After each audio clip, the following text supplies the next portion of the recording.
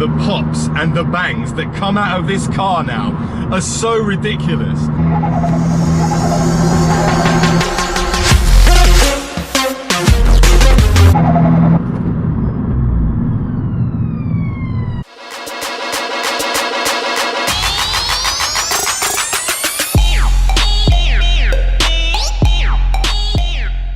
What's going on, guys? Welcome back to another video, and in today's video we are back in the game. We now have my Abarth 595 back to me with a newly fitted clutch, and we've turned the power back up to 250 horsepower. So we're now running a 250 horsepower Abarth 595. Now, I'm sure you'll notice if you watch some of my previous videos is that I am at home, and that means that I had already collected the car when the power's turned up. However, I haven't really had an opportunity to really rag the car, plain and simply because when I collected it yesterday, I ended up driving home in pretty much rush hour traffic, and it was pissing down with rain. So these kind of cars with this kind of power in the rain is a complete fail. So in this car right now, we've got the PA 250 turbo, currently running 250 horsepower, peaking at 1.5 bar of boost. Nice, we like that, and holding 1.3 bar. So if you watched some of my previous videos, you'll know that I have been driving this car at 225 horsepower, and the reason it was running 225 was because that the clutch itself was slipping. So we've upgraded the clutch.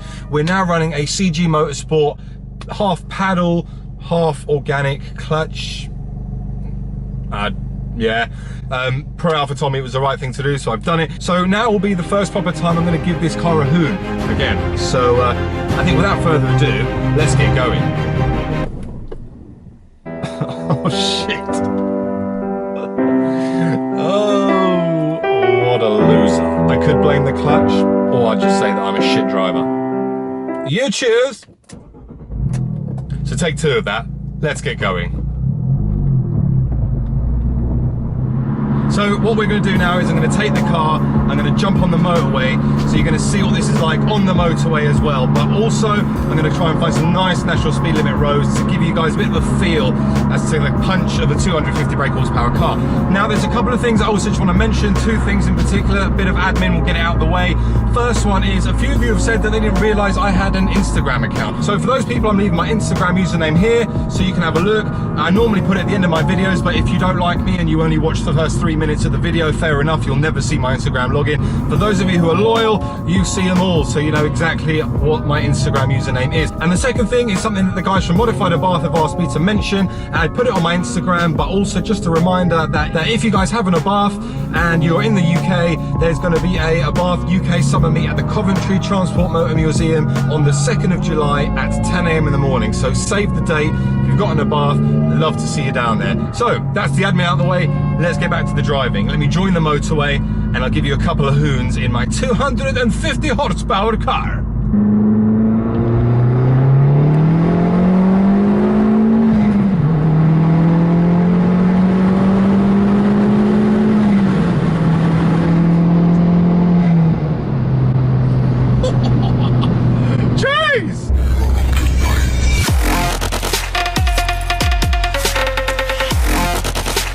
One of the things that Forever definitely did a lot better this time round for me personally is obviously not only is the power back up, but the delivery of that power feels a lot smoother. At 225 there was a little bit of a judder in the curve. Now it's progressive all the way up, and flipping hell, man, this is sick.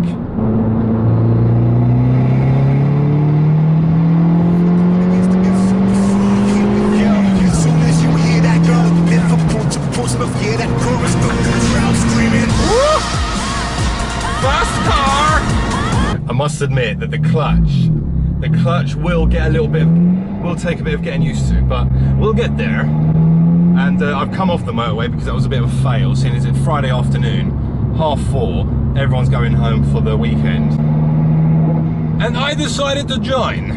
So I've come off, I'm going to find a nice A road, which hopefully isn't saturated with people. I've had a load of you send me Instagram messages, which is great, by the way. Instagram username again here, make sure you follow. Around, you know, oh, I want 250 horsepower, but believe me, I've driven this at 225 and now I'm driving it at 250. 225 is plenty of horsepower, trust me.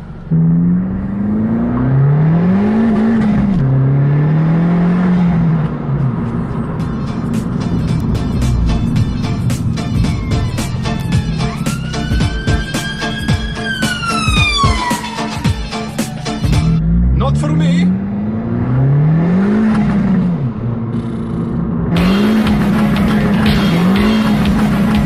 The pops and the bangs that come out of this car now are so ridiculous. You should not be hearing these kind of noises from this Abarth 595. The surprise on people's face is amazing. I mean, I'm gonna have to take some people out in this car and I'm gonna have to do some reaction videos because I think that we'll get some pretty surprised faces during those videos.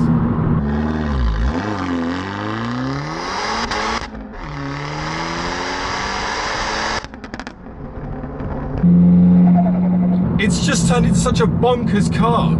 It almost feels like it needs to be just wrapped in a straitjacket. It's insane. It's nuts.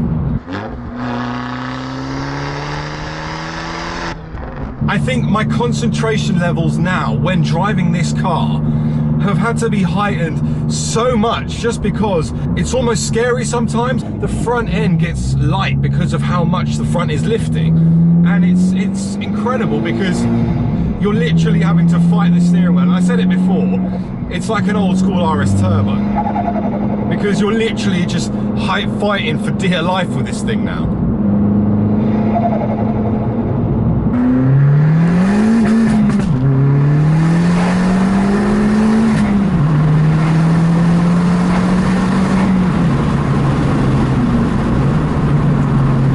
Okay, so it's quick, guys. It is so flipping quick. Flipping hell, man.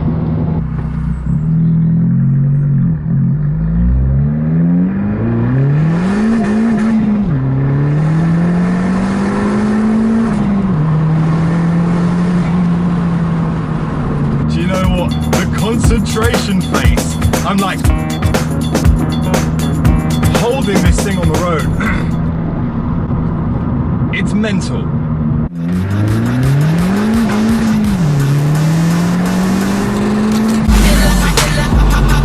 That was quick. That was 0 to 60-ish. I don't know. Let's not get behind all the technicalities. But what I do know, it was 0 to 60 very quick. Very, very quick. I mean, I'm just blown away by the power that this little thing produces. But then I also think that you've got to be really mindful because you can almost go too much. If you were to, for example, push this up towards a 300 mark, yes, it would be cool. You know, yes, you'd have loads of bragging rights, etc. But would you be able to drive it as an everyday car? Probably not. I still use mine as an everyday car. So for me, 250 or 225 even is the perfect balance because I can drive it normally, but then at the same time I can have some good fun with it while still hoping to keep that element of reliability. When you start playing around with all the other bits and bobs and you start to push limits that haven't been tested before, that's when you start to run into problems.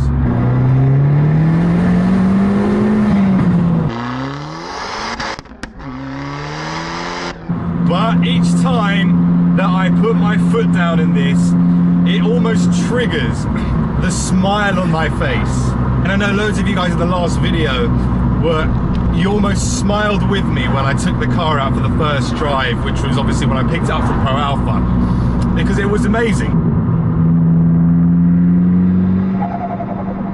And that flutter noise, that turbo chat, and you know, and this noise literally is the flutter noise. I haven't unplugged the dump valve, I've not done anything, so it's running as it is. If I was to unplug the dump valve, it would be ludicrously loud, but I don't want to damage the turbo. It's still very new. And I've got no plans to change this turbo for a while.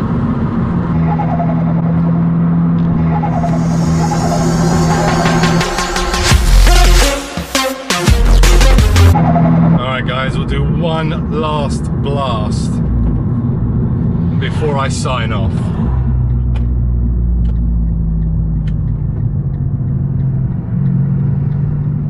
Alright, last blast. Alright, here we go.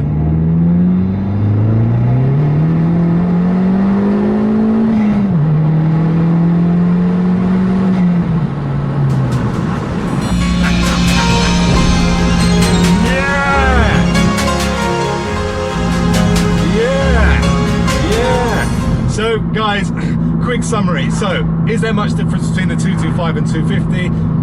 There is a little bit of a difference, I'm not going to lie. I can feel it on the lower end part as well, the pickup. Obviously with more boost you get more power, and it holds it for longer now that Pro Alpha have tuned the curve a bit more. Yeah, you can definitely feel it. You can definitely feel that boost now, because it used to hit 1.3 and hold at 1.1, whereas now it's hitting 1.5 and holding at 1.3. which does make a difference in the long run, particularly when you start to get into the longer gears. For example, the third gear, particularly third into fourth, you definitely do feel that notice. But guys, I think I'm going to end the video here. One, because I'm starting to lose my voice. Apologies. And two, because I'm absolutely starving and I need to get some food in me. But guys, I really hope you've enjoyed this video. I'm so happy now that we've got this back. New clutch, 250 horsepower, and we're gonna have some fun in this car. As always guys, thank you for watching. If you've liked the video, like, share, and subscribe, and I'll see you all on the next one. See you later, bye-bye.